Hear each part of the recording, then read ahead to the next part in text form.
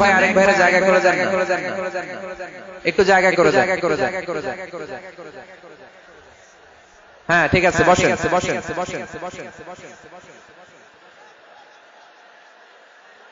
আপনারা থামলে আমি আলোচনা শুরু করবো। থামেন।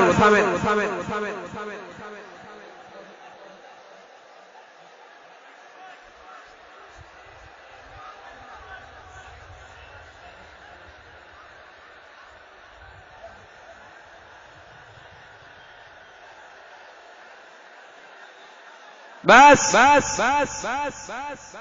স্টপ। No sound, stop.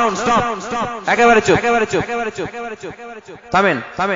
আর আওয়াজ নাই। আমার দিকে তাকান, এদিকে তাকান। তাকিয়েছেন আমার দিকে? হ্যাঁ তাকান। একেবারে চুপ।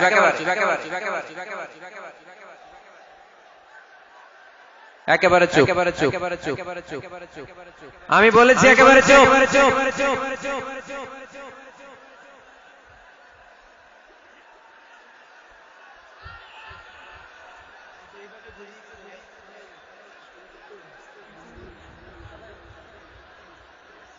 সম্মানিত ভাইয়েরা, বিশৃঙ্খলা এভাবে চলতে থাকলে আমি দোয়া করে চলে যাব। একেবারে চলে যাবে এখনই। দোয়া করবেন, মুনাজাত করবেন, হাত তোলেন। তাহলে চুপ। একটা আওয়াজ আমি শুনতে চাই। No sound. আজকের আলোচনার বিষয় how to get closer to Allah. কি করে আমরা আল্লাহর কাছে যেতে পারি, কি করে আমরা আল্লাহর নৈকট্য পেতে পারি, কি করে আমরা আল্লাহর কাছের বান্দা হতে পারি, আমরা আল্লাহর নৈকট্য পাই, আমরা আল্লাহর ভালোবাসা পাই, আমরা আল্লাহর কাছের বান্দা হই। এটা আমরা চাই কি চাই না? আমরা সবাই চাই আল্লাহ তাআলার নৈকট্য পেতে। আল্লাহ তাআলা নিজেও বলেছেন আমি তোমাদের খুব কাছে। আল্লাহ কাছে না দূরে? সবাই বলতে হবে কাছে না দূরে? কাছে। কাছের জিনিসকে দেখা যায় কি যায় না? উত্তর দেন। কিন্তু আল্লাহরে দেখা যায় না। তিনি কাছে কিন্তু তারে দেখা যায় না। তিনি কোরআনে বলেছেন লা তুদরিকুহুল আবসার ওয়া হুয়া ইউদরিকুল আবসার ওয়া হুয়াল লাতীফুল খাবীর। তিনি দৃষ্টির আয়ত্তে নন, দৃষ্টি তার আয়ত্তে। তিনি সূক্ষ্মদর্শী, সব জানতা। পৃথিবীর কোন চোখ ওনারা দেখতে পায় না, কিন্তু তার চোখ সবাইরে দেখে। চিল্লায় বলেন তো তিনি কে? সব তিনি দেখতে পান, সব তিনি শুনতে পান। সাত আকাশের উপর সিদরাতুল মুনতাহা, তার উপরে আল্লাহর আরশ, তার উপরে আল্লাহর কুরসি, সেখানে আল্লাহ তাআলা সমাসীন। এই আরশের উপর থেকে আল্লাহ তাআলা জমিনের অতল গহ্বরে, কোন জঙ্গলে, কোন গুহার ভিতরে কোন পিপিলিকাও যদি হেঁটে যায়, আল্লাহ বলে এত উপর থেকে ওই পিঁপড়ার হেঁটে চলার পায়ের আওয়াজটাও আমি আল্লাহ শুনতে পাই। এজন্য কেউ যেটা শোনে না শোনে কে? কেউ যেটা দেখে না দেখে কে? কেউ যেটা পারে না পারে কে? আওয়াজ করে বলেন আল্লাহ কি আমাদের কাছে না দূরে? আমার বাবা মা আমার যত কাছে, তার চাইতো আমার বেশি কাছের কে? আমার স্ত্রী আমার যত কাছে, তার চাইতো আমার বেশি কাছের কে? আমি আমার যত কাছে, তার চাইতো আমার বেশি কাছের কে? আল্লাহ তাআলা তিনি যে আমাদের কাছে, এটা বোঝানোর জন্য তিনি কোরআনে দুটি শব্দ ব্যবহার করেছেন। আওয়াজ করে বলতে হবে কটি? দুটি। এক জায়গায় ব্যবহার করেছেন করিব, আরেক জায়গায় ব্যবহার করেছেন আকরাব। এক জায়গায় ব্যবহার করেছেন কি? বলেন না করিব। আরেক জায়গায় ব্যবহার করেছেন কি? রব্বুল আলামিন বলেন ওয়া ইযা সাআলাকা ইবাদি আন্নী ফাইন্নী قريب أجيب دعوة الداع إذا دعان فليستجيبوا لي وليؤمنوا بي لعلهم يرشدون। رب العالمين বলেন নবী হে আমার বান্দারা যখন তোমাকে জিজ্ঞেস করে আমি কোথায়, তুমি বলে দাও ইন্নী করিব, আমি কাছে। আল্লাহু আকবার। তিনি কাছে। আল্লাহর হাবিব সাল্লাল্লাহু আলাইহি ওয়াসাল্লামকে আল্লাহ কমান্ড দিলেন, আপনি বলে দেন যখনই উম্মতেরা জিজ্ঞেস করবে আল্লাহ কোথায়, আমি কোথায়, আপনি বলে দেন ইন্নী করিব, আমি কাছে। আরেক জায়গায় আল্লাহ ব্যবহার করলেন আকরাব, কাছে না, করিব মানে কাছে, আর আকরাব মানে সবচেয়ে কাছে। The closest one, the most closest one, সবচেয়ে কাছে। ওয়া নাহনু আকরাবু ইলাইহি মিন হাবলিল ওয়ারিদ। তোমার পেছনে যে স্পাইনাল কর্ড, শিরদাঁড়া, ব্যাকবোন, মেরুদণ্ড, যেটা আমাদের দেহের একেবারে মাঝখানে, আল্লাহ বলে আমি ওইটারও কাছে। কোন মুফাসসিরিন ইকরাম বলেন আমাদের যে খাদ্যনালী আর শ্বাসনালী, এটা আমার ঘাড়ের যত কাছে আমার আল্লাহ আমার তার চাইতে বেশি কাছে। তার মানে এই আয়াত দ্বয় থেকে আমরা বুঝতে পারলাম আল্লাহ দূরে নন, তিনি আমাদের কাছে। তিনি আমাদের কাছে, ডাকলেই তিনি সাড়া দেন। সুবহানাল্লাহ পড়ে। ভায়া হয়ে তার কাছে যাওয়া লাগে না, মিডিয়া হয়ে যাওয়া লাগে না। আমার সাথে দেখা করতে হইলে কত ভায়া হয়ে আসা লাগে, পাওয়া যাচ্ছে না। চেয়ারম্যান সাহেবের সাথে দেখা করতে হইলে কত অ্যাপয়েন্টমেন্ট নেওয়া লাগে। এমপি সাহেবের সাথে দেখা করতে হইলে এত ব্যস্ত মানুষ, পাওয়া যাচ্ছে না, ঘুরে ফিরে তারপরে যেতে হয়। প্রধানমন্ত্রীর কথা বললে তার সুযোগই নাই, মাসের পর মাস বসে থেকেও এত ব্যস্ত মানুষ পাওয়া যাবে না। ঠিক কি না? ডোনাল্ড ট্রাম্পের যদি অ্যাপয়েন্টমেন্ট নিতে চান কি অবস্থা হবে? পাওয়া যাবে? কথা বলেন। কিন্তু আল্লাহরে পাইতে হইলে অ্যাপয়েন্টমেন্ট লাগে। আওয়াজ করে বলতে হবে মুসলমান, আল্লাহরে কাছে পেতে সিরিয়াল লাগে। আল্লাহ বলে ডাক দিলেই আমার আল্লাহ আমার ডাকে সাড়া দেয়। চিল্লায় বলেন ঠিক কি না? এজন্য বুখারীর বর্ণনায় বিশ্বনবী বললেন ফাইন যাকারানি ফি নাফসি যাকারতুহু ফি নাফসি। আমার বান্দা যদি আমারে একা একা ডাকে, মুহূর্তের মধ্যে আমি আমার বান্দারেও একা একা ডাকতে শুরু করে দেই। ফাইন যাকারানি ফি নাফসি যাকারতুহু ফি নাফসি। আমার কোন বান্দা যদি আমারে একা একা স্মরণ করে, আমি আমার বান্দারে একা একা স্মরণ করি। সুবহানাল্লাহ কইতে পারলেন না? وَإِن ذَكَرَنِي فِي مَلَئٍ ذَكَرْتُهُ فِي مَلَئٍ خَيْرٍ مِنْهُ। আর আমার বান্দা যদি আমাকে একা একা স্মরণ না করে, বিশাল মহাসমাবেশে স্মরণ করে, তাহলে আমি আল্লাহ তাআলা আমার আরশে ফেরেশতাদেরকে নিয়ে এর চেয়ে বড় মহাসমাবেশ করে আমার বান্দার স্মরণ করি। وَإِن تَقَرَّبَ إِلَيَّ بِشِبْرٍ تَقَرَّبْتُ إِلَيْهِ ذِرَاعًا। আমার বান্দা যদি আমার দিকে এক বিঘত আসতে চায়, আমি আমার বান্দার দিকে এক হাত এগিয়ে যাই। আপনি এক হাত আল্লাহর কাছে যেতে চাইলে আল্লাহ এক হাত এগিয়ে যায়। ওয়া ইন তাকাররাবা ইলাইয়া যিরাআন তাকাররাবতু ইলাইহি বা'আন। আমার কোন বান্দা যদি আমার দিকে এক হাত এগিয়ে আসে, আমি আমার বান্দার দিকে দুই হাত এগিয়ে যাই। ওয়া ইন আতানি ইয়ামশি আতাইতুহু হারওয়ালা। আমার বান্দা যদি আমার দিকে হেঁটে হেঁটে আসতে চায়, আমি আমার বান্দার কাছে যাওয়ার জন্য দৌড়ে দৌড়ে ছুটে যাই। এজন্য আওয়াজ করে বলতে হবে আল্লাহ কাছে না দূরে? আরো জোরে, কাছে না দূরে? The most closest one, সবচেয়ে কাছে। চাইলে আমরা আল্লাহর কাছে যেতে পারি। তাই আজকে এই চমৎকার দুপুরে আমরা জেনে যাওয়ার চেষ্টা করব কিভাবে আমরা আল্লাহর কাছের হতে পারি, কি করে আল্লাহর নৈকট্য পেতে পারি, কি করে আল্লাহ তাআলার মুকাররাবিন বান্দাদের অন্তর্ভুক্ত হতে পারি। আল্লাহ আমাদের সবাইকে, এখানে উপস্থিত সবাইকে তোমার নৈকট্য প্রাপ্ত বান্দাদের অন্তর্ভুক্ত করে নাও। তোমার কাছের বান্দাদের তালিকায় আমাদের নামগুলো সেখানে তুমি তুলে নাও। আমরা যেন এমন কাজ করতে পারি যে কাজ তোমার কাছের বান্দায় আমাদেরকে রূপান্তরিত করে। আমরা আওয়াজ করে পড়ব আমিন। তাহলে আমরা আল্লাহকে কাছে পেতে চাই, আল্লাহর নৈকট্য পেতে চাই। আমরা আজকে জেনে যেতে চাই কি কাজ করলে আল্লাহর নৈকট্য পাওয়া যায়, কি কাজ করলে আল্লাহর কাছে যাওয়া যায়। দুইটা সোর্স থেকে জান। কয়টা সোর্স? এক হচ্ছে কোরআন, আরেক হচ্ছে সুন্নাহ। আওয়াজ করে জবাব দেন। এক হচ্ছে, আরেক হচ্ছে।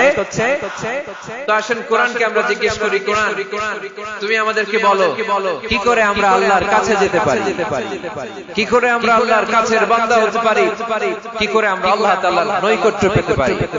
এবার কোরআন আমাদেরকে প্রেসক্রিপশন দিচ্ছে, শোনো, তোমরা যদি আল্লাহর নৈকট্য প্রাপ্ত বান্দা হতে চাও তাহলে সিজদায় লুটিয়ে পড়ো।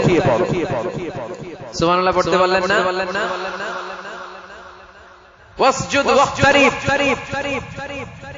ওয়াসজুদ ওয়াক্তারিব।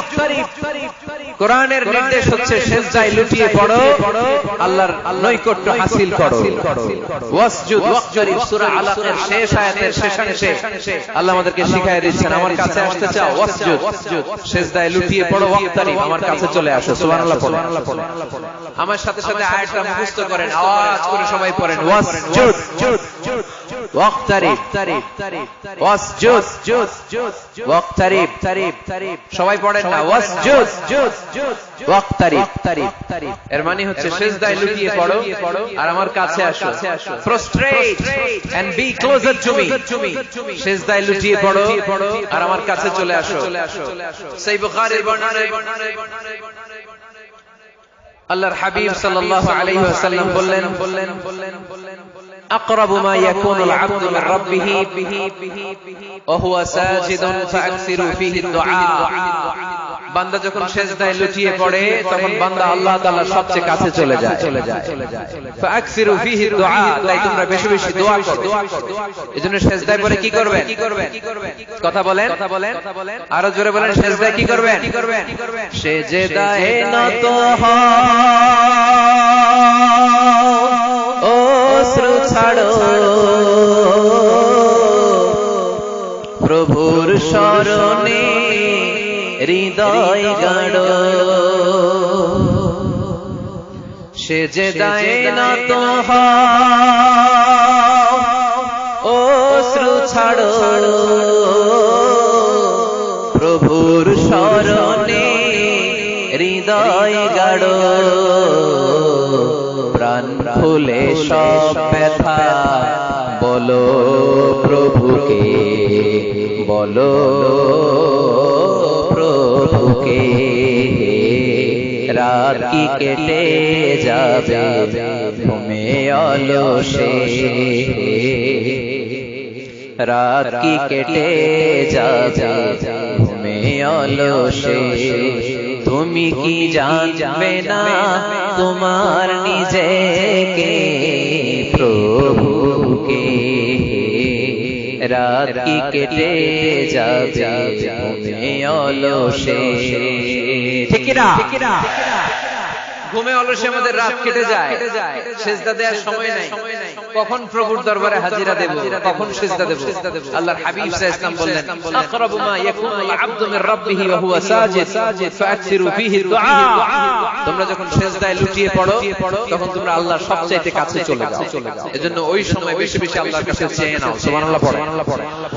মনের যত আকুতি আছে, যত জ্বালা আছে, যত বেদনা, সিজদায় পড়ে আল্লাহরে বলার দরকার আছে না নাই? কারণ কেউ যেটা শুনে না, শুনে কে? পরীক্ষায় ভালো করতে চান, সিজদায় লুটিয়ে পড়ে আল্লাহরে বলেন। নেককার স্ত্রী চান, সিজদায় পড়ে আল্লাহরে বলেন। নেককার সন্তান চান, সিজদায় লুটিয়ে পড়ে আল্লাহরে বলেন।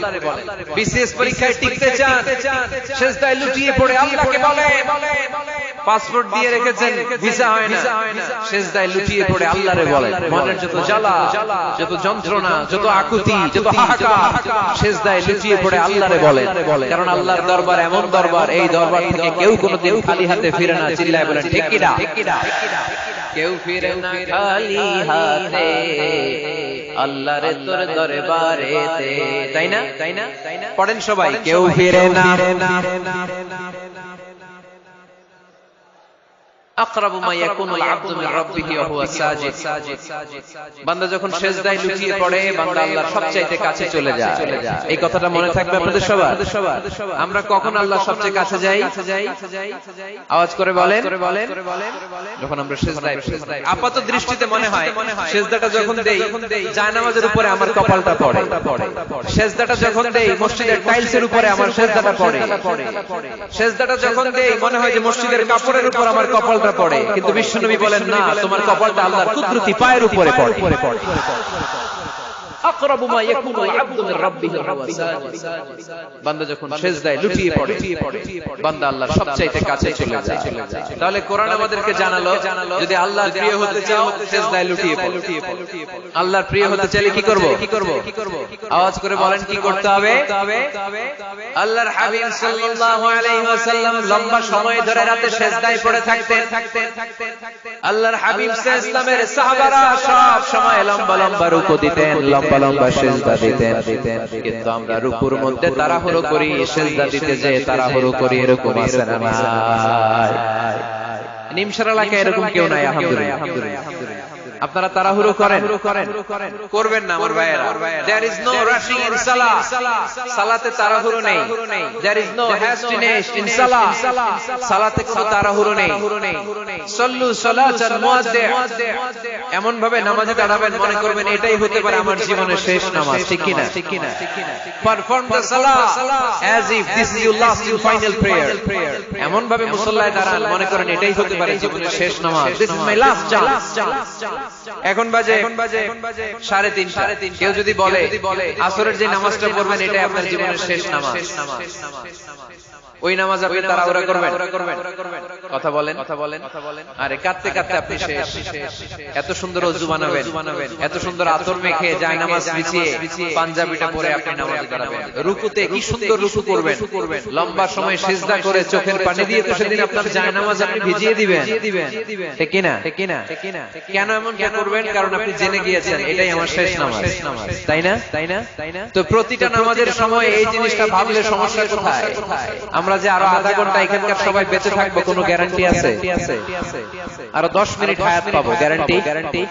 5 মিনিট, 2 মিনিট, শ্বাস যেটা নিলাম, ব্রেথ ইন করলাম, এটার ব্রেথ আউট করতে পারবো, কোনো গ্যারান্টি আছে? তো প্রতিটা সালাতের মুসল্লায় যখন দাঁড়াই এই চিন্তাটা আমাদের মাথায় আসে না কেন যে এটাই আমার শেষ নামাজ? সাল্লু সালাতান মুআদ্দি'। আমার প্রিয় কুমিল্লাবাসী ভাইয়েরা, যখনই নামাজে আমরা দাঁড়াবো আমরা ভাববো হতে পারে এটাই আমার জীবনের শেষ নামাজ, এটাই জীবনের ভাবা যাবে। আর লম্বা চূড়া রুকু করবেন, লম্বা সিজদা করবেন, রুকুতে পিঠটা সোজা রাখবেন। আল্লাহর হাবিব সাল্লাল্লাহু আলাইহি ওয়াসাল্লাম যখন রুকু করতেন পিঠটা থাকতো স্ট্রেট ফরওয়ার্ড, বাঁকাও না উঁচুও না। ওয়া কানা বাইনা যালিক। সাহাবারা বলতেন আল্লাহর হাবিব সাল্লাল্লাহু আলাইহি ওয়াসাল্লামের রুকুর পিঠের উপরে পানি ভর্তি কোনো গ্লাস রেখে দিলে গ্লাসটাও কাঁপবে না, পানিটাও পড়বে না। তার মানে বাঁকা ছিল পিঠ, তাই না? কি ছিল? সোজা। আবার আল্লাহর হাবিব সাল্লাল্লাহু আলাইহি ওয়াসাল্লাম বললেন সবচেয়ে বড় চোর যে নামাজে চুরি করে। সাহাবারা বললেন কাইফা ইয়াসরিকু ফিস সালাহ, নামাজে কেমনে চুরি করে? আল্লাহর হাবিব সাল্লাল্লাহু আলাইহি ওয়াসাল্লাম বললেন ইয়াসরিকু ফি রুকুইহি ওয়া সুজুদিহি, রুকু সিজদায় চুরি করে। এরকম নামাজ চোর আছে না নাই? রুকু থেকে সোজা হয়ে দাঁড়িয়ে কয়েক সেকেন্ড আপনি রিল্যাক্স করবেন। প্রথম সিজদা দিয়ে আপনি সোজা হয়ে বসে কয়েক সেকেন্ড রিল্যাক্স করবেন। কি করবেন? রিল্যাক্স। আওয়াজ করে পড়েন সবাই, রিল্যাক্স। নামাজে তাড়াহুড়ো নাই, সালাত হচ্ছে মেডিটেশন, রিল্যাক্স। এক সিজদা দিয়ে বসে আপনি রিল্যাক্স করবেন ধীরস্থির ভাবে, এরপরে দ্বিতীয় সিজদায় যাবেন। অনেকে সিজদা প্রথমটা দিয়ে কোন রকম মাথাটা তুইলেই আবার সিজদায় দৌড় মারে, আছে না নাই? রুকু থেকে স্ট্রেট ফরওয়ার্ড দাঁড়ানোর কথা, দাঁড়িয়ে 1-2 সেকেন্ড রিল্যাক্স করার কথা, ওইটা না করে রুকু থেকে কোন রকম মাথা তুলেই আবার সিজদায় দৌড় মারে, এরকম ডাকাত আছে না নাই? এরাই সালাত। আমরা যেন নামাজ চোরের খাতায় নিজেদের নাম না চুলি, আমরা যেন বেশি বেশি আল্লাহর সিজদা দেই। তাহলে কোরআন আমাদেরকে জানালো আমরা যদি আল্লাহর কাছে যেতে চাই কি করতে হবে? বইলা গেছি, খায়া ফেলাইছি। আওয়াজ করে বলেন কি করবেন? আল্লাহর হাবিব সাল্লাল্লাহু আলাইহি ওয়াসাল্লাম সব সময় লম্বা লম্বা সিজদায় পড়ে থাকতেন। আল্লাহর নবীর সাহাবারা সব সময় লম্বা লম্বা সিজদায় পড়ে থাকতেন। আল্লাহ বলেন তারাহুম রুকআন সুজদা। আপনি দেখবেন আল্লাহর নবীর সাহাবারা আবু বকর, ওমর, উসমান, আলী রাদিয়াল্লাহু তাআলা আনহুম আজমাইন, তাদের স্বভাব ছিল বিপদে পড়লেই লম্বা লম্বা সিজদায় পড়ে যেতে। এক সাহাবী এসে বললেন ইয়া রাসূলুল্লাহ আল্লিমনি আমালান ইযা আমিলতুহু ইদখিলুল জান্নাহ আপনি আমারে এমন একটা আমল শিখায় দেন যে আমল করলে আল্লাহ আমারে জান্নাতে ঢুকায় দিবে আল্লাহর হাবিব সাল্লাল্লাহু আলাইহি ওয়াসাল্লাম বললেন আলাইকা বিকাসরাতিস সুজুদ তোমার উচিত বেশি বেশি আল্লাহর জন্য সিজদায় লুটিয়ে পড়া বেশি বেশি সিজদায় লুটিয়ে পড়লে ওই সিজদাকারীর জন্য জান্নাতকে ওয়াজিব করে দেয় কে কিয়ামতের ময়দানে আল্লাহ বলবে ও আমার বান্দারা আমারে সিজদা দিয়ে দেখা কারা কারা দুনিয়াতে সিজদা দিয়েছিলি আজকে এই কিয়ামতের ময়দানে আমারে সিজদা দিয়ে দেখা আমরা যারা দুনিয়ার বুকে সিজদা দিয়েছি আমরা আল্লাহু আকবার বলে সিজদায় লুটিয়ে পড়ব আলহামদুলিল্লাহ আর যারা দুনিয়ার বুকে সিজদা দেয় নাই মসজিদে যায় নাই সিজদাকারীদের সাথে আন্দোলন করে নাই তারা সেদিন অনেক চেষ্টা করেও তাদের পিঠটারে বাঁকা করতে পারবে না তাদের পিঠটারে সেই দিন লোহার মতো শক্ত করে দিবে কে يوم يكشف عن ساق ويدعون إلى السجود فلا يستطيعون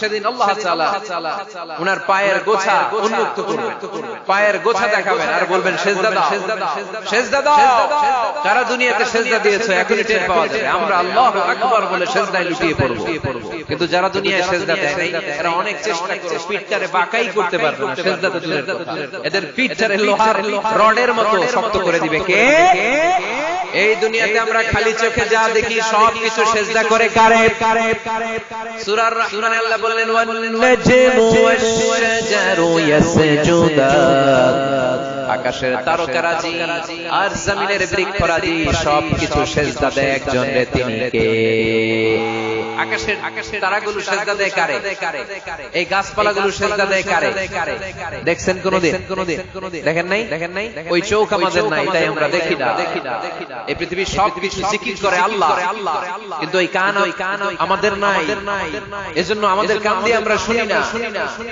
রব্বুল আলামিন বলেন ওয়া ইন মিন শাইইন ইল্লা ইউসাব্বিহু বিহামদিহি ওয়ালাকিন লা তাফকাহুনা তাসবিহ যেখানে যেটা থাকে না সব কিছু জিকির করে কার এই যে আকাশের পাখিগুলো উড়ে বেড়ায় পাখিগুলো জিকির করে কার নদী নালা জিকির করে কার সাগর মহাসাগর জিকির করে কার পাখিরা যায় উড়ে যায় আকাশের ওই নীলিমায় নদীরা যায় ছুটে যায় সাগরের ওই মোহনায় পাখ পাখালি আর সাগর নদী পাখ পাখালি আর সাগর নদী কার গুণগান গায় আল্লাহু আল্লাহ আল্লাহু আল্লাহ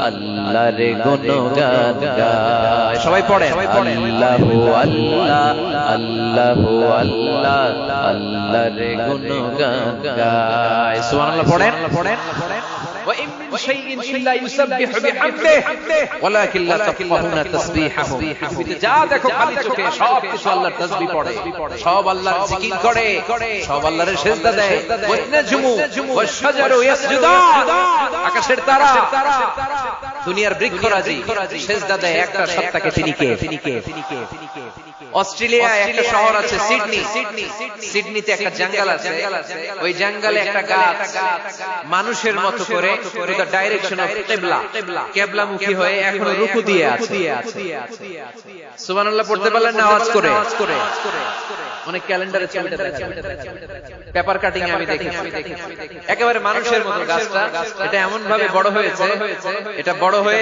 এমন ভাবে বেন্ড করেছে মাথাটা বাঁকা হয়ে টু দ্য ডাইরেকশন অফ কিবলামুখী হয়ে রুকু করে অনেক গাছ আছে সিজদা করে আছে গোটা বিশ্বের যা কিছু দেখা যায় সব কিছু সিজদায় লুটিয়ে পড়ে কার জন্য সব কিছু জিকির করে কার ওই কান আমাদের নাই তাই আমরা শুনি না, ওই চোখ আমাদের নাই তাই আমরা দেখি না, কিন্তু মহাবিশ্বের সবকিছু সেজদা করে কারে? এজন্য আমরাও সেজদা করতে চাই একজনকে। চিল্লায় বলেন তিনি কে? আমরা মসজিদে একটা সেজদা দেব, আবার মাজারে যে আরেকটা দেব। হ্যাঁ, সমস্যা কি? সব জায়গায় দিলাম, মসজিদেও কিছু দিলাম, মাজারেও কিছু দিলাম। কুমিল্লার ভাইয়েরা আওয়াজ করে উত্তর দাও, মুসলমান সেজদায় কোনো ভাগাভাগি চলে? আল্লাহর রাজত্বে কোনো ভাগাভাগি আছে? সেজদা চলবে একজনের জন্য, তিনি কে? কোন ভণ্ডামির সাথে ইসলামের কোন সম্পর্ক? ভণ্ডামির সাথে কোরআনের কোন সম্পর্ক? ভণ্ডদের ভালো হওয়ার সুযোগ এখনো আছে না নাই? আজকের এই লাখো জনতার মাহফিল থেকে আমরা তাদেরকে উদাত্ত আহ্বান জানাই, ভণ্ডামি ছেড়ে দেন, ভালো হয়ে যান। ভালো হইতে পয়সা লাগে না। দো দিল বান্দা কালমা চোর, না পায় শ্মশান না পায় ঘোর, দিন থাকিতে আয় রে পথে ছাইড়া দে ভণ্ডামি, ভণ্ডামি ভণ্ডামি ভণ্ডামি, ছাইড়া দে ভণ্ডামি। ঠিক কি না? নামাজ কালাম পড়ে না, ইবলিস শয়তানের নানা। এরকম আছে? নামাজ টামাজ নাই, লাল শালু গায়ে দেয়া, গোসল করে না, মাথার চুল দাড়িতে জট বাগানো, বছরে গোসল করে একবার, বছরের একবারে গোসলের পানি মুরিদরা খাইয়া সব শেষ। এরকম আছে না নাই? এই অপরিচ্ছন্নতার সাথে, এই নোংরামির সাথে, এই মেন্টালি ডিসঅর্ডারের সাথে পরিচ্ছন্ন ইসলামের কোন সম্পর্ক আছে? নামাজ কালাম পড়ে না, ইবলিস শয়তানের নানা, ধর্মের একখান খুঁটি ধইরা কয়দিন করবা হয়রানি, ভণ্ডামি ভণ্ডামি ভণ্ডামি, ছাইড়া দে ভণ্ডামি। ঠিক কি না? দো দিল বান্দা কালমা চোর, না পায় শ্মশান না পায় ঘোর, দিন থাকিতে আয় রে পথে ছাইড়া দে ভণ্ডামি, ভণ্ডামি ভণ্ডামি ভণ্ডামি, ছাইড়া দে ভণ্ডামি। আওয়াজ তুলে বলেন ঠিক কি না? কোন ভণ্ডামির সাথে আমাদের সম্পর্ক আছে? এই কপালটারে সৃষ্টি করেছে কে? আমার দেহটারে তৈরি করেছে কে? আমার এই কপাল দিয়ে সেজদা পাওয়ার উপযুক্ত একটাই সত্তা, চিল্লায় বলো মুসলমান, তিনি কে? মনে থাকবে? আল্লাহ ছাড়া অন্য জায়গায় সেজদা দিবেন, মাজারে সেজদা দিবেন, বাজারে সেজদা দিবেন, সেজদা দিবেন কারে? সেজদা দিলেই লাভ, সেজদা দিলেই। তাহলে কোরআন আমাদেরকে শেখালো ওয়াসজুদ ওয়াক্তারি, prostrate and be closer to me. তোমরা না আল্লাহর কাছে যেতে চাও? তোমরা না আল্লাহর নৈকট্য প্রাপ্ত বান্দা হতে চাও? তোমরা না আল্লাহর কাছে মাহবুব পেয়ারা বান্দা হতে চাও? তাহলে সেজদায় লুটিয়ে পড়ো, সেজদায় লুটিয়ে পড়ো, আল্লাহ তাআলা তোমাদেরকে কাছে টেনে নেবে। আওয়াজ তুলে বলেন ঠিক কি না? মুসা আলাইহিস সালাম ফেরাউনের সামনে যেয়ে দাঁড়ালেন। ফেরাউনের জাদুকররা বিশাল বড় বড় বাঘ বানালো, সিংহ বানালো, সাপ বানালো। মুসা আলাইহিস সালাম দেখে ভড়কে গেলেন, ভয় পেয়ে গেলেন। আল্লাহ বললেন, মুসা ভয় নাই, তোমার লাঠিটা খালি ফেলো। কি ফেলো? মুসা আলাইহিস সালামকে একটা লাঠি দিছে কে? লাঠি ফেলার সাথে সাথে মুহূর্তের মধ্যে হাইয়াতান তাসা, বিশাল এক অজগর সাপ। এই বিশাল অজগর সাপ ফেরাউনের জাদুকরদের বানানো সব ভাগ, ভাল্লুক, সিংহ আর সাপগুলো রেখে বিশাল ফনা ধরে আছে। আর সাপ বলতে শুরু করেছে, আর কি আছে নিয়ে আয়। সুবহানাল্লাহ কইতে পারলেন না? এই দৃশ্য দেখার সাথে সাথে ফেরাউনের রাজপ্রাসাদের সামনে যতগুলো জাদুকর ছিল, কোরআন বলে ফাউলকিয়াস সাহারাতু সাজিদিন। এই দৃশ্য দেখা মাত্রই ফেরাউনের নিয়ে আসা বড় বড় জাদুকর গুলো মুসা আলাইহিস সালামের সামনে দাঁড়িয়ে আল্লাহর জন্য সেজদায় লুটিয়ে পড়েছে। ফাউলকিয়াস সাহারাতু সাজিদিন, সেজদায় লুটিয়ে পড়ে ঘোষণা দিল, আমি ফেরাউনরে মানি না, আমি কোন নাস্তিককে মানি না, আমি মুসার রব, হারুনের রব, বনি ইসরাইলের রব, আল্লাহর জন্য সেজদায় লুটিয়ে পড়লাম। চিল্লায় পড়েন আল্লাহু আকবার। মুহূর্তে এক সেজদার কারণে তাদের নসিবে হেদায়েত দিয়ে দিয়েছে কে? পৃথিবীর কেউ কাউরে হেদায়েত দিতে পারে? অনেক বাবা ছিল নবী, ছেলের কপালে হেদায়েত নাই, আছে না নাই? অনেক ছেলে ছিল নবী, বাবার কপালে হেদায়েত নাই, আছে না নাই? হেদায়েত দেওয়ার মালিক একজন, চিল্লায় বলেন তিনি কে? একটা সিজদা, একটা সিজদা, একটা সিজদার আদেশকে অমান্য করার কারণে ইবলিস জাহান্নামীদের সর্দার। চিল্লায় বলেন ঠিক কিনা? ওয়া ইয কুলনা লিল মালাইকাতি ইসজুদু লিআদাম ফাসাজাদু ইল্লা ইবলিস আবা ওয়াস্তাকবারা ওয়া কানা মিনাল কাফিরিন। আল্লাহ বললেন ও ফেরেশতাকুল সবাই আমার আদেশ মোতাবেক আদমকে সিজদা করো। সবাই সিজদা করলো, একজন ছাড়া সে কে? আরো জোরে বলেন কি নাম? আবা, অস্বীকার করলো, ওয়াস্তাকবার, অহংকার দেখালো, ওয়া কানা মিনাল কাফিরিন, কাফিরদের অন্তর্ভুক্ত হলো, জাহান্নামীদের সর্দার হলো। কয়টা সিজদার আদেশ? আওয়াজ করে বলেন, কয়টা সিজদার আদেশ অমান্য করছে? সিজদা কয়টা দেয় নাই? আপনি দেন নাই কয়টা? হ্যাঁ, আমরা দেই নাই কয়টা? এক সিজদা না দিয়ে জাহান্নামীদের লিডার। আমরা সিজদা মিস করছি কয়টা? মুসলমান সিজদায় লুটিয়ে পড়তে হবে একজনের খুশির জন্য। তিনি কে? তাহলে কোরআনকে যে প্রশ্ন করেছি, কোরআন সব উত্তর দিয়ে ফেললো। কোরআন আমাদেরকে জানিয়ে দিল তোমরা সবাই আল্লাহর নৈকট্যপ্রাপ্ত বান্দা হতে চাও, আল্লাহর কাছের বান্দা হতে চাও, তাহলে ওয়াসজুদ, কি করো? সবাই বলে নাই। আওয়াজ করে বলো মুসলমান, ওয়াসজুদ মানে কি? সিজদা করো। সিজদা করলে আল্লাহর কাছে যাও।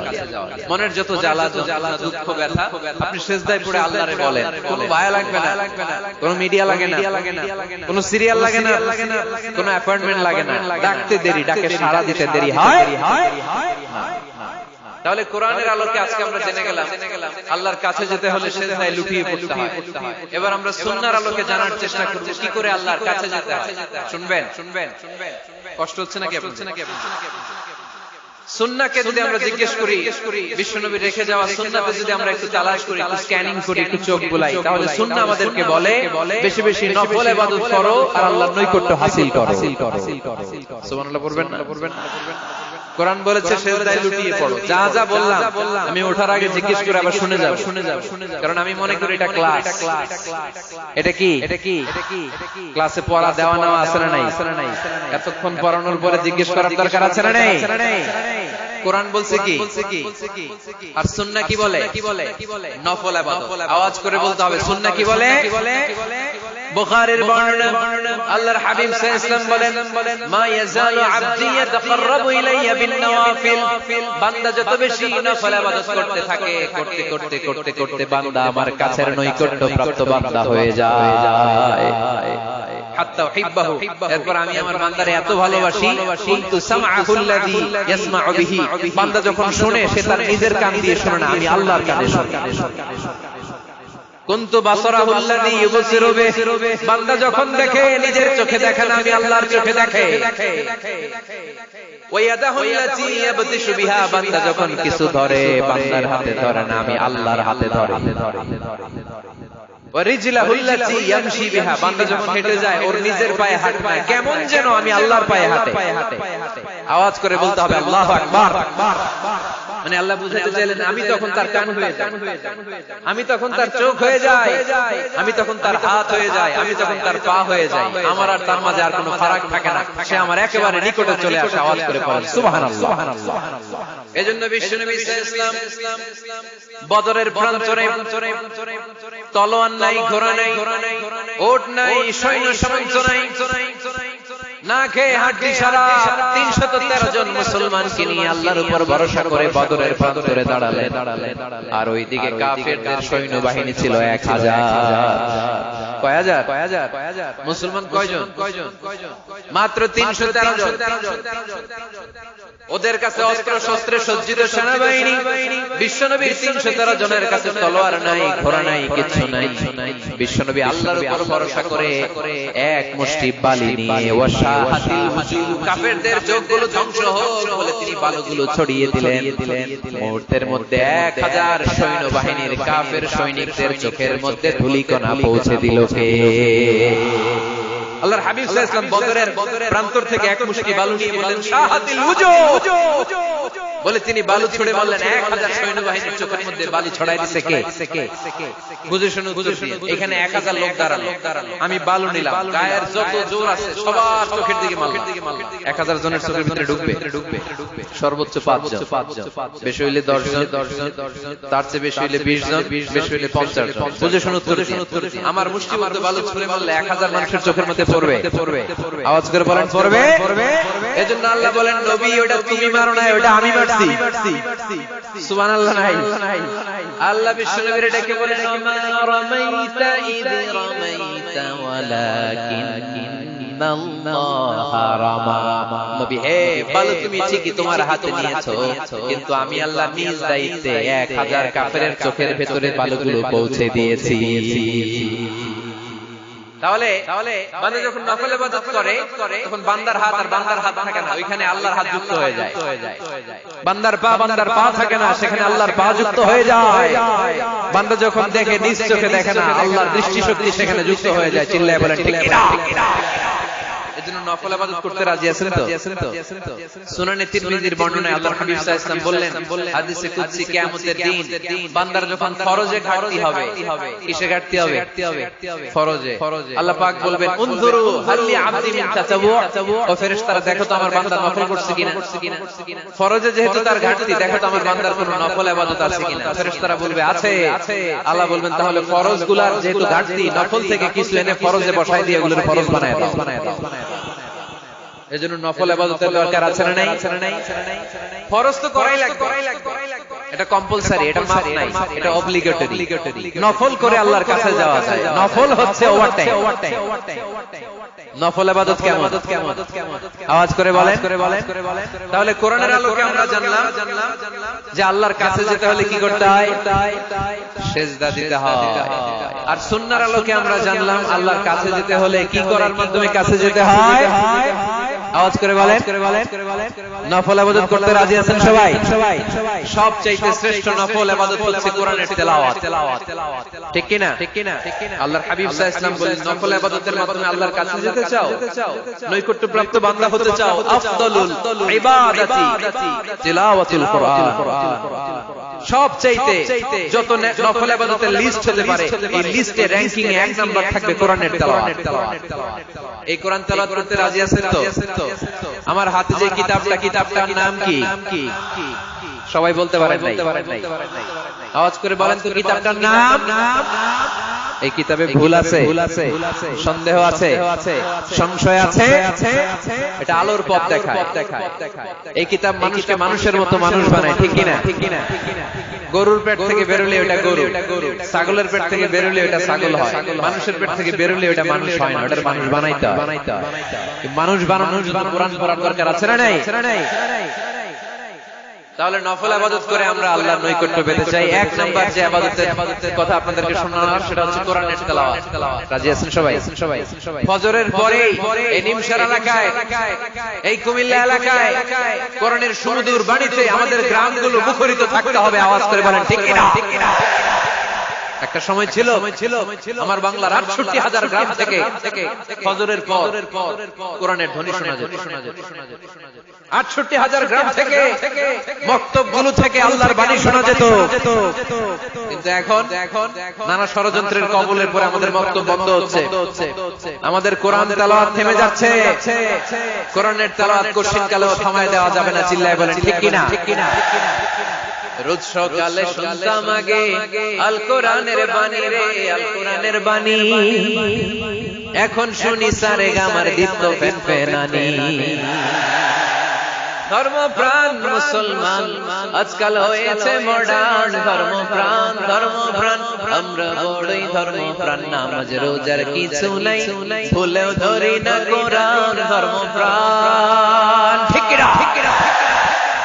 প্রতিদিন কোরআন শিখায় যে তার পকেট যায় ফাঁকা রে, তার পকেট যায় ফাঁকা। সপ্তাহে 2 দিন গান শিখায় যে নেয় তো 1000 টাকা। ধর্মপ্রাণ মুসলমান আজকাল হয়েছে মডার্ন।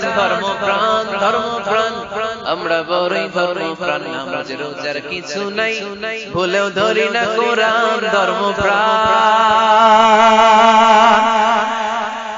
আমরা কি এমন ধর্মপ্রাণ হতে চাই? ফজরের পর আমাদের সিলেবাস কি? কোরআন তেলাওয়াত। আওয়াজ করে সবাই বলেন, ফজরের সালাতের পরে আমাদের প্রতিটি পরিবারে প্রতিটি ঘরের সিলেবাস কি? তাহলে কোরআন তেলাওয়াত করব। 2 নাম্বার তাহাজ্জুদের সালাত করব। কিসের নামাজ? হুজুর ফজরই পড়তে পারি। ফজরই যে ফজর পড়ে তার জন্যই না তাহাজ্জুদ। ঠিক কি না? ফজরই তো পড়তে পারি না, তাহাজ্জুদ করব কখন? তাহাজ্জুদ পড়লে আপনার মর্যাদা বাড়ায় দিবে কে?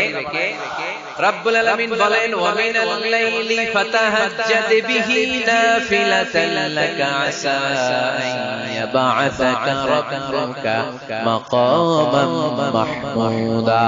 তাহাজ্জুদের নামাজ যারা পড়বে তাদের মর্যাদা বাড়িয়ে দেয় কে? কারণ ওই মুহূর্তে আল্লাহ প্রথম আকাশে নেমে আসে আর ডাকে, আলাম মুস্তাগফিরিন আগফিরালা, কার ক্ষমা দরকার ক্ষমা চা, ক্ষমা করে দেব। আলামিন মুস্তাকসিন আকসুলা, কার খাবারের দরকার পোশাকের দরকার চাও দিয়ে দেব। চাও কার কি লাগবে চাও আমি দিয়ে দেব। এজন্য শেষ রাতের দোয়া আল্লাহ কবুল করে। এই যে রমজান আসছে না সামনে, কোন মাসে রমজান? এপ্রিলে। রমজানে তাহাজ্জুদ পড়ার একটা সুবর্ণ সুযোগ, কারণ সাহারি খাওয়ার জন্য তো ওঠাই লাগে। একটু তাহাজ্জুদের অভ্যাস করব আমরা। রাজি আছি তো সবাই? 3 নম্বর নফল ইবাদত হচ্ছে দোয়া। সবাই সবার জন্য দোয়া করে। অনেকে কয় হুজুর আমার দোয়া আমি করব, ওরটা ওই করব, এর লাগি আমি করব। আছে না নাই? এটা ভুল। নিজের জন্য করবেন, অন্যের জন্য করবেন। মা মিন আবদিন মুসলিম ইয়াদউ লি আখিহি মুসলিম ইল্লা ক্বালা লাহুল মালাকু ওয়ালাকা বিমিসলিম। কোন বান্দা যখন তার ভাইয়ের জন্য দোয়া করে, ফেরেশতারা বলে আল্লাহ এই দোয়াটা যে দোয়া করছে তার জন্য কবুল করে নাও। আপনি দোয়া করলেন আল্লাহ আমার ভাই অসুস্থ, তারে সুস্থ করে দাও। ফেরেশতারা বলে আল্লাহ যিনি দোয়া করতেছে তার যদি কোনো অসুস্থতা থাকে আগে তারে সুস্থ করে দাও। তাহলে অন্যের জন্য দোয়া করলে লাভ আছে না নাই? দোয়া করতে জানে না অনেকে, দোয়ার আলোচনা আছে আমার। ইউটিউবে সার্চ দিবেন দোয়া, মিজানুর রহমান আনসারী পেয়ে যাবেন। It's an art. দোয়াটা একটা শিল্প। এটার মধ্যে চোখের পানি জুড়ে দিবেন, আবেগ জুড়ে দিবেন, মুহূর্তেই আরশের মধ্যে যে নক করবে। সুবহানাল্লাহ কইবেন না? চোখের পানির দাম আল্লাহর কাছে খুব বেশি। 2 ফোঁটা পানি। কি আপনারা বিরক্ত হয়ে গেছেন? আর 2-1 মিনিট বসেন। 2 ফোঁটা পানি আল্লাহর কাছে প্রিয়। আওয়াজ করে বলেন কয় ফোঁটা? 2 ফোঁটা। এক হচ্ছে জিহাদের ময়দানে রক্তের ফোঁটা, আরেক হচ্ছে অনুতপ্ত বান্দার চোখের পানির ফোঁটা। অনুতপ্ত বান্দা যখন অনুতপ্ত হয়ে কাঁদে, তার চোখের পানি চোখবে, নাকের ডগাবে, মাটিতে পড়ার আগেই ওই বান্দার সব গুনাহ আল্লাহ মাফ করে দেয়।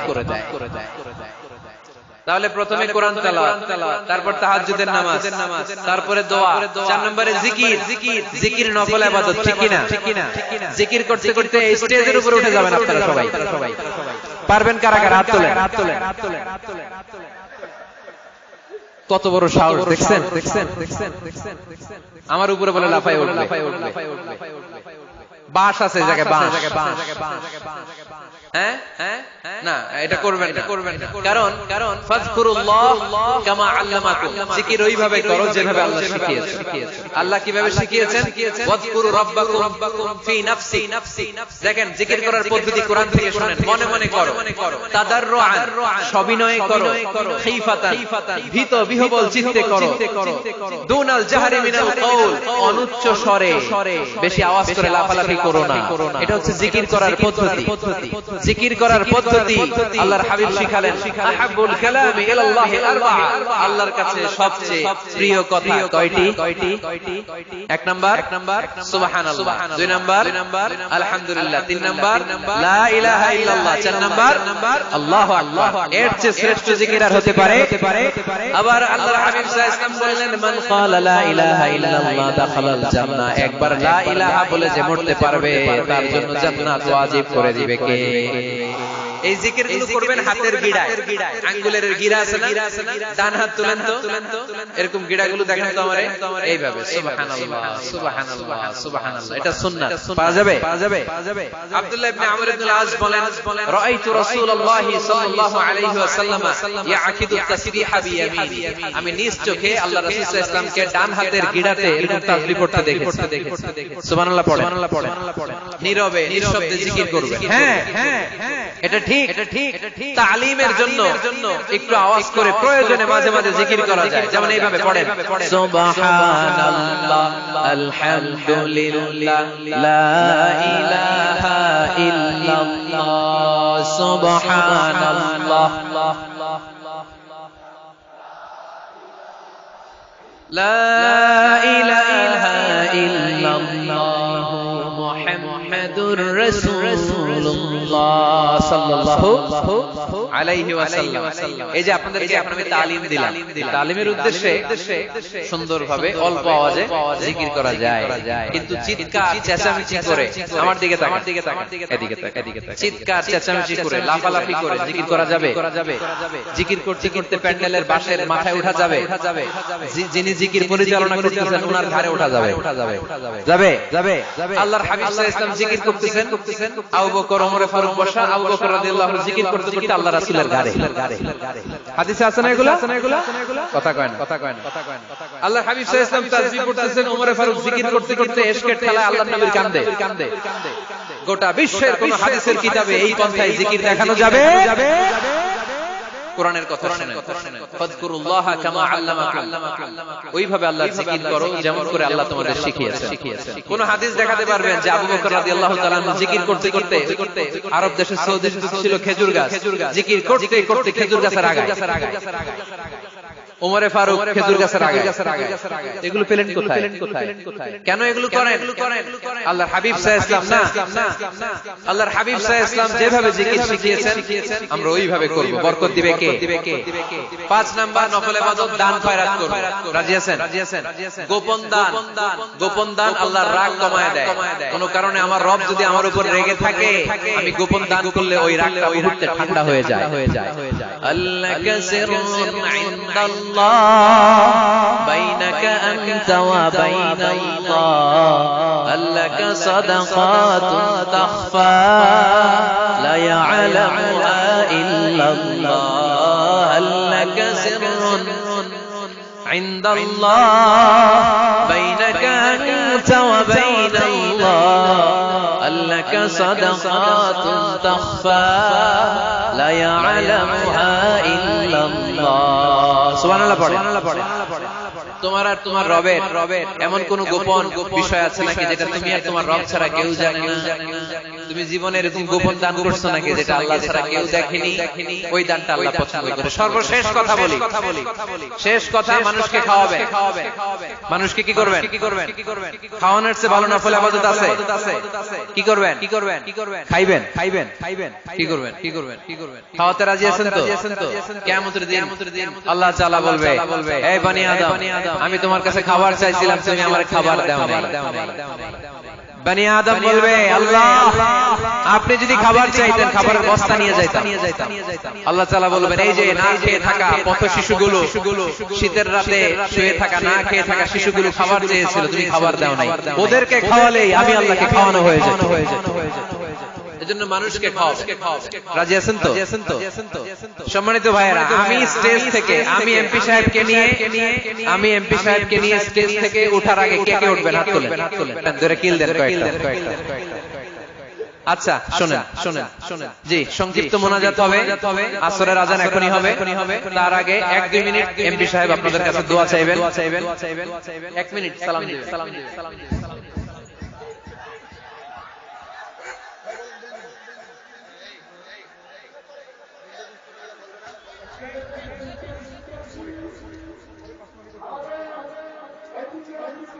করে না এমন কোন লোককে স্ত্রী যেন ঘরে এলাও না করে।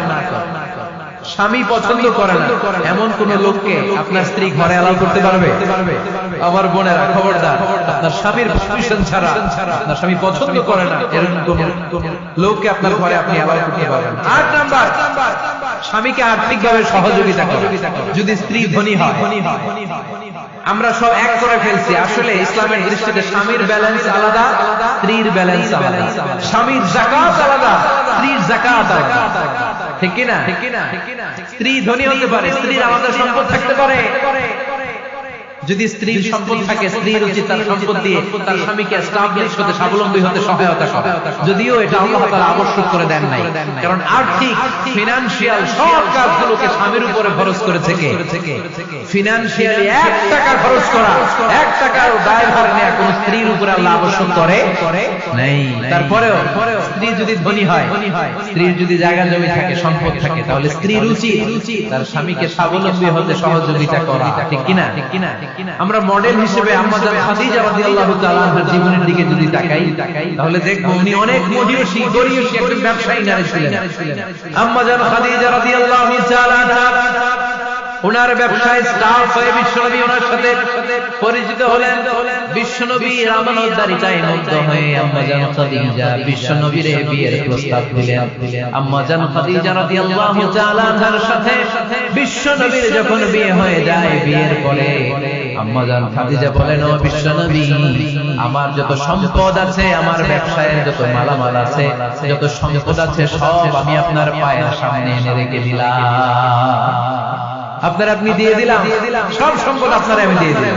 আপনি ইচ্ছে মতো মানুষকে দান করতে পারেন, খরচ করতে পারেন, দাওয়াতি কাজে, নমুসলিমদেরকে আযাদ করার কাজে আপনি ব্যয় করতে পারেন। আওয়াজ করে বলুন আল্লাহু আকবার। আম্মা জান খাদিজাকে যদি আমরা মডেল হিসেবে ধরি, তাহলে প্রতিটা বোনের উচিত তাদের যদি অর্থকড়ি থাকে, সম্পদ থাকে, স্বামীকে স্বাবলম্বী হতে ওই সম্পদ দিয়ে সাহায্য করার দরকার আছে না নাই? কথা বলেন না কেন? 9 নাম্বার, স্ত্রীর দায়িত্ব দাম্পত্য জীবনকে সুখময় করতে নিজেকে স্বামীর সামনে বিউটিফাই করে স্থাপন করা। ওই যে কয় ঠিক আসছে, নিজেদের পক্ষে আসছে ঠিক, নিজেকে বিউটিফাই করে, মেকআপ করে স্বামীর সামনে উপস্থাপন করা। রাগ করবেন না আমার বোনেরা, আমি আপনাদেরকে খুব ভালোবাসি এবং বোনরাও আমাকে খুব ভালোবাসে। আমার একটা পেজ আছে আমার নামে, এই ফেসবুকে মিজানুর রহমান আজহারি। এই পেজে প্রতিদিন শত শত প্রশ্ন আসে। এই প্রশ্নের বেশিরভাগ প্রশ্ন আমাদের বোনদের। অনেক বোনরা বলে, হুজুর আপনার ওয়াজ আমরা শুনি, কারণ আপনি আমাদেরকে খুব সম্মান দিয়ে কথা বলেন। আলহামদুলিল্লাহ, আমি আমার বোনদেরকে ভালোবাসি, মাদেরকে ভালোবাসি। আমি আমার মা বোনদেরকে বলবো, আপনারা নিজেদেরকে গুছিয়ে সাজিয়ে স্বামীর সামনে উপস্থাপন করুন। অনেক বোনেরা আছে বাইরে যাওয়ার সময় পার্লারিং করে, মেকআপ করে, সুন্দর জামা কাপড় পরে বাইরে যায়, আর স্বামীর সামনে আসলে বুয়ার মতো থাকে। আছে না নাই? স্বামীর সামনে পচা জামা, ছিঁড়া জামা, চুলের মধ্যে নাই সুগন্ধি, নিজেকে গুছিয়ে রাখে না, সামনে রাখে না, কাজের বুয়ার মতো নিজেকে উপস্থাপন করে স্বামীর সামনে। আর বাইরে গেলে মেকআপ করে, পার্লারিং করে যায়। হওয়া দরকার ছিল উল্টা। বাইরে আপনি সাদা সিধা ভাবে যাবেন, বোরকা দিয়ে নিজেকে ঢেকে যাবেন। বাইরে যাওয়ার সময় কোন নারী পারফিউম ইউজ করে যেতে পারবে না। নারীরা যত পারফিউম ইউজ করতে মনে চায় আপনার বেডরুমে, আপনার স্বামীর সামনে। ঠিক কিনা? স্বামীর সামনে পারফিউম ইউজ করে, নিজেকে উজাড় করে সাজান স্বামীর জন্য। এই প্রতিটা সাজুগুজুতে সওয়াব আছে না নাই? ইসলাম কতটা চেক এন্ড ব্যালেন্স, কতটা ভারসাম্যপূর্ণ জীবন। খবরদার, নারীরা ডিওডোরেন্ট ইউজ করে বাইরে যেতে পারবে, যেটা সে তার আর্মপিটে ইউজ করে, কিন্তু ঝাঁঝালো পারফিউম বোরকার উপর দিয়ে মেরে কোনো নারী বাইরে যেতে পারবে? কথা বলেন। সুনানে নাসাইর হাদিস, আল্লাহর হাবিব বলেন, আইয়ুমা ইমরাআতিন ইস্তা'যারাত নাফসাহা ফামাররাত আলা কওমিন লিয়াজলিউ রিহাহা ফাহিয়া জানিয়া। কোন নারী যদি তার জামার উপর দিয়ে পারফিউম মেখে পুরুষ লোকের দৃষ্টি আকর্ষণের জন্য ঘরের বাইরে বের হয়, যতটা পুরুষ তার চেহারার দিকে লোলুপ দৃষ্টি নিয়ে তাকাবে, ততটা পুরুষের সাথে জিনার গুনাহ মহিলার আমলনামায় তুলে দিবে কে? পারফিউম মেখে যদি কোনো নারী বের হয় এই উদ্দেশ্যে যে ছেলেরা আমাদের প্রতি আকৃষ্ট হবে, যতটা ছেলে তার দিকে তাকাবে, প্রত্যেকটা ছেলের সাথে জিনার গুনাহ আল্লাহ তাআলা এমনি তার আমলনামায় তুলে দিবেন। নাউজুবিল্লাহ। এজন্য খবরদার, নিজেকে সাজিয়ে গুজিয়ে স্বামীর সামনে উপস্থাপন, সাজিয়ে গুজিয়ে। অনেক স্ত্রীরা আছে ড্রাইভারের সাথে কথা বলার সময় মিষ্টি হাসি দিয়ে কথা বলে। বাজারে শপিং করতে গেলে আসসালামু আলাইকুম ভাই কেমন আছেন, কি সুন্দর আসসালামু আলাইকুম। স্বামীর সামনে আসলে আর এই মিষ্টি কথাটা নাই। আছে না নাই? বাইরে তোমার চিকন গলায় কিসের আসসালামু আলাইকুম? হ্যাঁ না, বাইরে আপনি আসসালামু আলাইকুম দিতে যাবেন না, ঝটপট করে কর্কশ ভাষায় কথা বলে শেষ। কেউ ফোন দিয়েছে, হ্যালো কে? স্বামীকে চায়, উনি বাসায় নাই।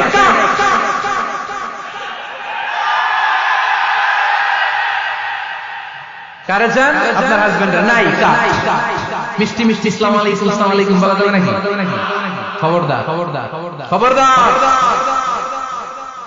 বাজার করতে গেলে কি মিষ্টি হাসি, দোকানে গেলে কি মিষ্টি আলাপ, ড্রাইভারের সাথে কি সুন্দর কথা, সিএনজি ওয়ালার সাথে কি সুন্দর আলাপ, আর ঘরে আসলে এই চেহারাটা এরকম করে রাখে। আসরা নাই ঘরে আসলে স্বামীর সাথে খিটখিটে মেজাজ, না উল্টো করে ফেলছে না, বরং স্বামী ছাড়া অন্যদের সাথে কথা শর্টকাটে সারবেন যাতে কোনো ফিতনা চলে না আসে। চিল্লায় বলেন ঠিক কিনা? আর নিজেকে স্বামীর জন্য উজাড় করে সাজান, পার্লারিং করেন, বিউটিফিকেশন করেন, মেকআপ করেন, বেডরুমে পারফিউম মাখেন, নিজেকে উজাড় করে স্বামীর জন্য সাজান। সওয়াব দিয়ে আপনার আমলনামাটারে পূর্ণ করে দিবে কে? বিশ্বনবী যখন সফরে যেতেন, সফর থেকে ফিরে আসার সময় ডিরেক্টলি স্ত্রীর ঘরে যেতেন না। বিশ্বনবী একজনকে ঘরে পাঠিয়ে দিতেন, মদিনার উপকণ্ঠে কিছু সময় অপেক্ষা করতেন আর বলতেন আজকে আমি আয়েশার ঘরে যাব। আয়েশারে যে বলো আমি এসেছি, কয়েক ঘন্টা পরে আয়েশার ঘরে আমি ঢুকবো। সুবহানাল্লাহ পড়ে। স্ত্রীকে সময় দিতেন, কারণ স্ত্রী হয়তো কাজ করে, ঘর গুছায়, ঘেমে থাকতে পারে, তাকে নিজেকে গুছানোর জন্য সময়ের দরকার আছে না নাই? লম্বা সফর শেষ করে সেই বুখারীর হাদিস, বিশ্বনবী যখন সফর শেষ করে মদিনায় ফিরতেন, ডিরেক্টলি স্ত্রীর কাছে যেতেন না, মদিনার উপকণ্ঠে ওয়েট করতেন এবং বার্তাবাহককে পাঠাতেন যে বলো যে আজকে আমি সফিয়ার ঘরে থাকবো। সফিয়াকে সময় দিতেন 2 ঘন্টা, যাতে নিজেকে সাজিয়ে নিতে পারে। সুবহানাল্লাহ পড়ো। এজন্য প্রতিটা স্ত্রীর উচিত, আমার মা বোনেরা যারা আপনার মহিলা প্যান্ডেল থেকে শুনছেন, নিজেকে উজাড় করে স্বামীর জন্য সাজান। আপনার সাজুগুজু বেগানা পুরুষদের জন্য নয়, যে পুরুষদের সাথে দেখা দেওয়া জায়েজ নয় তাদের জন্য নয়, রাস্তার পুরুষের জন্য। আপনার সাজুগুজু, আপনার সৌন্দর্য, আপনার বিউটি সব আল্লাহ তাআলা আপনার স্বামীর জন্য করতে বলেছে। চিল্লায় বলেন ঠিক কিনা? 10 নম্বর দায়িত্ব, স্বামীর ক্যাপাসিটির বাইরে না যাওয়া। আপনি জানেন স্বামীর বেতন হলো 20,000, আপনি এসে বলা শুরু করছেন পাশের ঘরের ভাবিরে দেখলাম 25,000 টাকা দামের জামদানি শাড়ি কিনছে, আমারও একটা দিবা। আছে না নাই? আবদারটা হইলো, আবদারটা হইছে। আপনি তো জানেন আপনার স্বামীর ক্যাপাসিটি কতটুকু। আমার বোনেরা, আমার মায়েরা, খবরদার, আপনার স্বামীর ভেতরে আপনার জান্নাত, আপনার স্বামীর ভেতরে আপনার জাহান্নাম। আপনার স্বামীর মনকে খুশি রাখতে পারলে জান্নাতের দরজাগুলো আপনার জন্য খুলে দিবে কে? ক্যাপাসিটির বাইরে কিছু যাবে না। এই 10টা স্ত্রীদের দায়িত্ব। এই 10টা পয়েন্ট যদি কোন স্ত্রী স্বামীর জন্য এইভাবে স্যাক্রিফাইস করে করে এইভাবে আঞ্জাম দিতে পারে, এই স্ত্রীদের জন্য জান্নাতের দরজাকে খোলা রেখেছে কে? আওয়াজ করে বলতে হবে, খোলা রেখে দিয়েছেন কে? এবার আসবো আপনাদেরকে ধরবো, এবার আপনাদেরকে নিয়ে আলোচনা। একটা সুখী দাম্পত্য জীবনের জন্য কি সব দায় দায়িত্ব আল্লাহ তাআলা স্ত্রীদেরকে দিয়েছে নাকি? কথা কয় না কেন? এবার ওনারা খুশি হবে, এবার ভাবিরা খুশি হবে মহিলা প্যান্ডেলে। আপনাদের অনেক দায়িত্ব আছে, কারণ বিশ্বে যা কিছু মহান সৃষ্টি চির কল্যাণকর, অর্ধেক তার করিয়াছে নারী, অর্ধেক তার কাউন্টার পার্ট। আপনারা একে অপরের সহযোগী, স্বামী স্ত্রী একে অপরের সহযোগী। একটা সুখী দাম্পত্য জীবনের জন্য স্বামীর অনেক দায়িত্ব আছে। 1 নম্বর দায়িত্ব হচ্ছে ফ্যামিলির যত ফিনান্সিয়াল দায় দায়িত্ব আছে সব স্বামীর কাছে বর্তায়। ঠিক কিনা? কারণ স্বামী হচ্ছে স্ত্রীর কেয়ারটেকার। আর রিজালু কাওয়ামুনা আলান নিসা, কাওয়াম শব্দটার এক বচন হচ্ছে কাওয়ামুন, আর বহু বচন হচ্ছে কাওয়ামুন, এক বচন হচ্ছে কাওয়াম। এর মানে হচ্ছে incharge. You are the incharge of your wife, you are the caretaker of your wife. আপনি আপনার স্ত্রীর দায়িত্বশীল, স্ত্রীকে রক্ষা করা আপনার দায়িত্ব। পুরুষকে আল্লাহ তাআলা নারী জাতিকে প্রোটেকশন দেওয়ার জন্য বানিয়েছে। ঠিক কিনা? নারীকে একেবারে ধর্ষণের জন্য পুরুষদেরকে বানায় নাই। চিল্লায় বলেন ঠিক কিনা?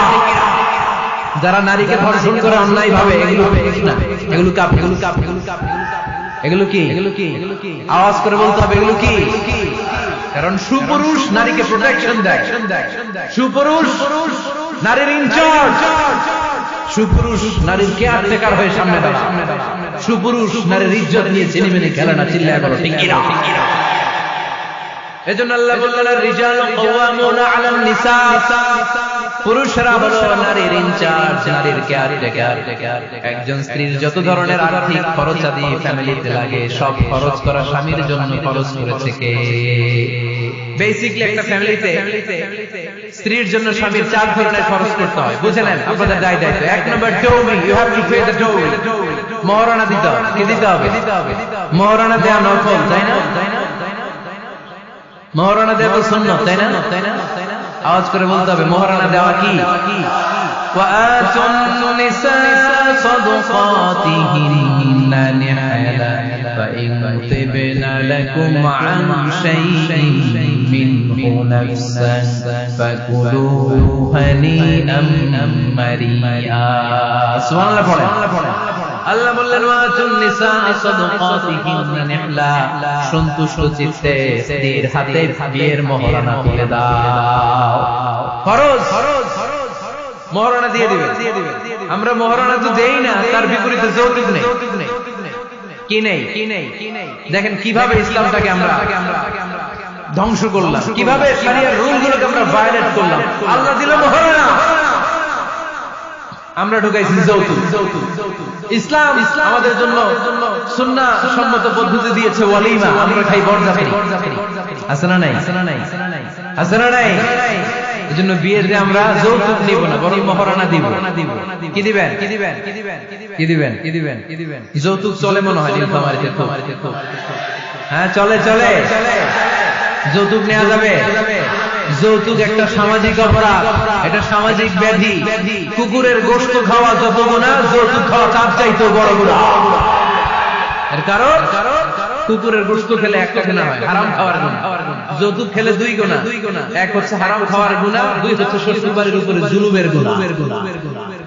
কথা বলেন। এজন্য যৌতুকের সাথে আমাদের কোনো সম্পর্ক।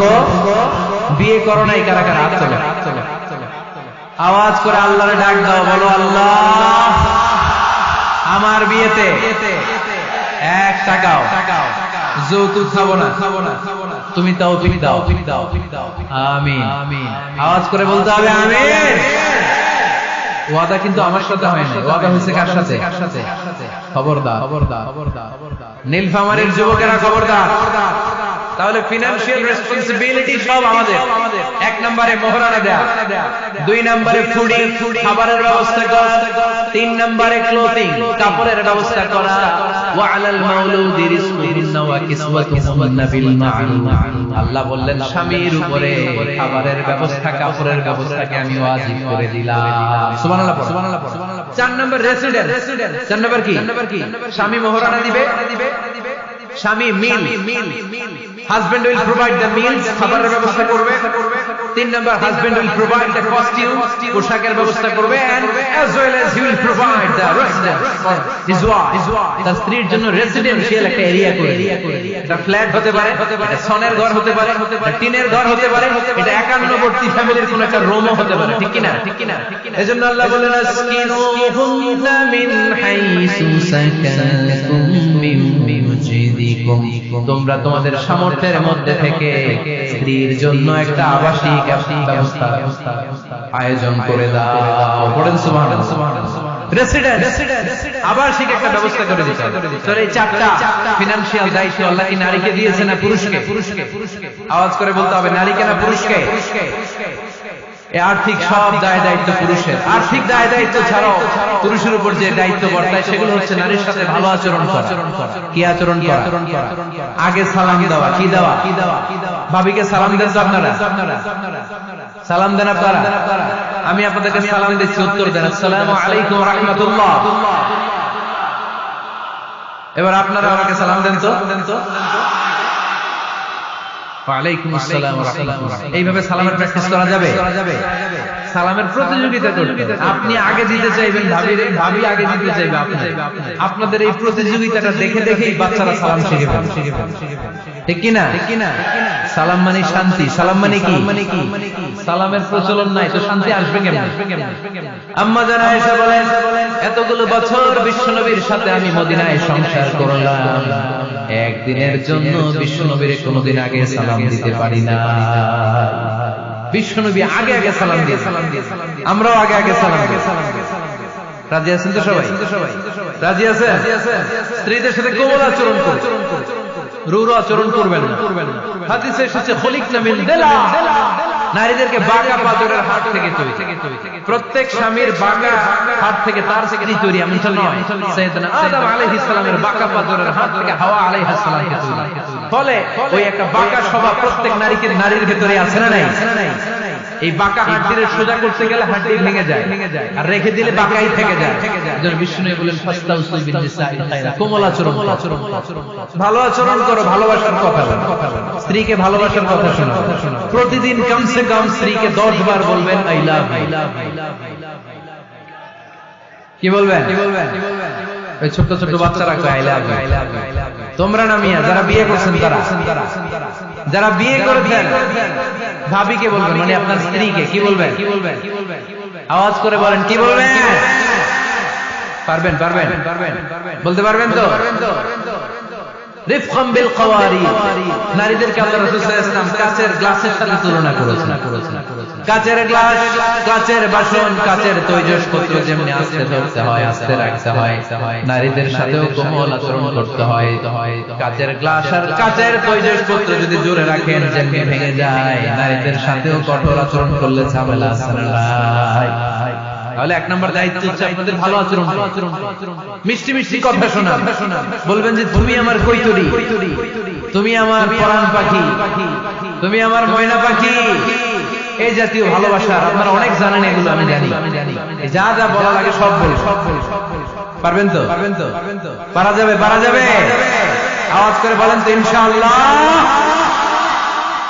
স্ত্রীর ব্যক্তিগত বৈধ কাজের সুযোগ করে দিতে হবে। তার ব্যক্তিগত যে চয়েস, তার ব্যক্তিগত কাজে বাদ সাধতে পারবে না যদি কাজটা হালাল হয়। অনেক স্বামী সামান্য কাজে ঝগড়া বাঁধে। স্ত্রীর ইচ্ছা হচ্ছে কাঁথা সেলাই শেখা, নকশি কাঁথা সেলাই শিখবে। স্বামী বলে না তুমি ওইটা শিখো, ল্যাঙ্গুয়েজ শিখো, আছে না নাই? স্ত্রী বলে না আমি রান্না শিখবো, ইউটিউবে সুন্দর রান্নার প্রোগ্রামগুলো দেখে আমি রান্না শিখবো। স্বামী বলে না তুমি কম্পিউটার শিখো, আছে না নাই? হালাল কাজে আপনি বাদ সাধবেন। আম্মা জান আয়েশা রাদিয়াল্লাহু তাআলা আনহা ছোট্ট কাপড়ের পুতুল দিয়ে সাথীদেরকে নিয়ে ঘরে খেলতেন। বিশ্বনবী একদিন আম্মা জান আয়েশাকে নিষেধ করে নাই। আওয়াজ করে বলেন সুবহানাল্লাহ। এজন্য স্ত্রীর বৈধ কাজে বাধা দেওয়া যাবে। 4 নম্বরে স্ত্রীর অ্যাপ্রিসিয়েশন করবে, ভালো কাজে, তার কাজের প্রশংসা, তার রান্নার প্রশংসা, তার সৌন্দর্যের প্রশংসা আমরা এগুলো করি না। আপনার স্ত্রী আপনার ঘর গোছায়, আপনার কাপড় চোপড় ধুয়ে রাখে, বাচ্চাগুলারে খাবার খাওয়ায়, আপনার জন্য রান্না করে, সারাটা দিন কত কষ্ট করে। একদিন আমি বলি নাই থ্যাঙ্কস, জাযাকাল্লাহ, জাযাকিল্লাহ, আল্লাহ তোমার উত্তম জাযা দেয়। তুমি অনেক কষ্ট করো, পুরো ফ্যামিলিটাই তো তুমি দেখে রাখো, অনেক করেছো তুমি, তোমার শুকরিয়া। একদিনও থ্যাঙ্কস দেয় না, এরকম টাকাই আছে না নাই? আজকে থেকে থ্যাঙ্কস দিতে পারবেন তো? কাজের প্রশংসা করবেন, রান্নার প্রশংসা করবেন। আল্লাহ রাসূল সাল্লাল্লাহু আলাইহি ওয়াসাল্লাম স্ত্রীদের রান্নার প্রশংসা করতেন। কখনো আল্লাহর হাবিব সাল্লাল্লাহু আলাইহি ওয়াসাল্লাম রান্নার বদনাম করেন নাই, কখনো না। এজন্য আমরাও করব না। রাজি আছেন তো সবাই? সবাই রাজি? আজকে থেকে স্ত্রীর প্রশংসা করতে রাজি আছেন তো? সুন্দর মোলায়েম সুরে স্ত্রীদেরকে ডাকবেন। কি বলে ডাকেন? ভাবিকে কি বলে ডাকেন? বলেন। হ্যাঁ, টিয়া পাখি। আর কি ডাকেন? ময়না পাখি। আর কি? জান। জান বলে ডাকেন। ওরে সর্বনাশ, ডাইকেন। এরকম সুন্দর সুন্দর যত শব্দ আছে এগুলো বলে ডাকবেন। আম্মা জান আয়েশার প্রশংসা বিশ্বনবী করতেন, বলতেন ইন্না ফাদলা আয়েশাতা আলান নিসা ফাদলি সারিদ আলা তাআমিকুম। আরব বিশ্বের খাবারের মধ্যে একটা শ্রেষ্ঠ খাবারের নাম সারিদ। শ্রেষ্ঠ খাবারের নাম কি? এই আলোচনা শেষ হয়েছে তো দাঁড়ায় ফটো তুলে কেন? বসো মিয়া, বসো একসাথে। আরব বিশ্বে একটা মজার খাবার আছে, খাবারের নাম সারিদ। আওয়াজ করে বলেন তো খাবারটার নাম কি?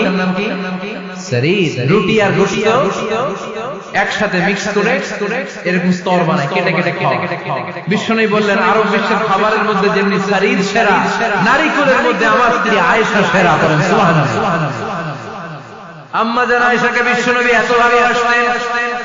আম্মা জান আয়েশা গ্লাসের যেই জায়গায় মুখ লাগিয়ে দুধ পান করতেন, ওই জায়গাটা খুঁজে খুঁজে বিশ্বনবীর ঠোঁট লাগিয়ে দুধ পান করতেন। বলেন সুবহানাল্লাহ।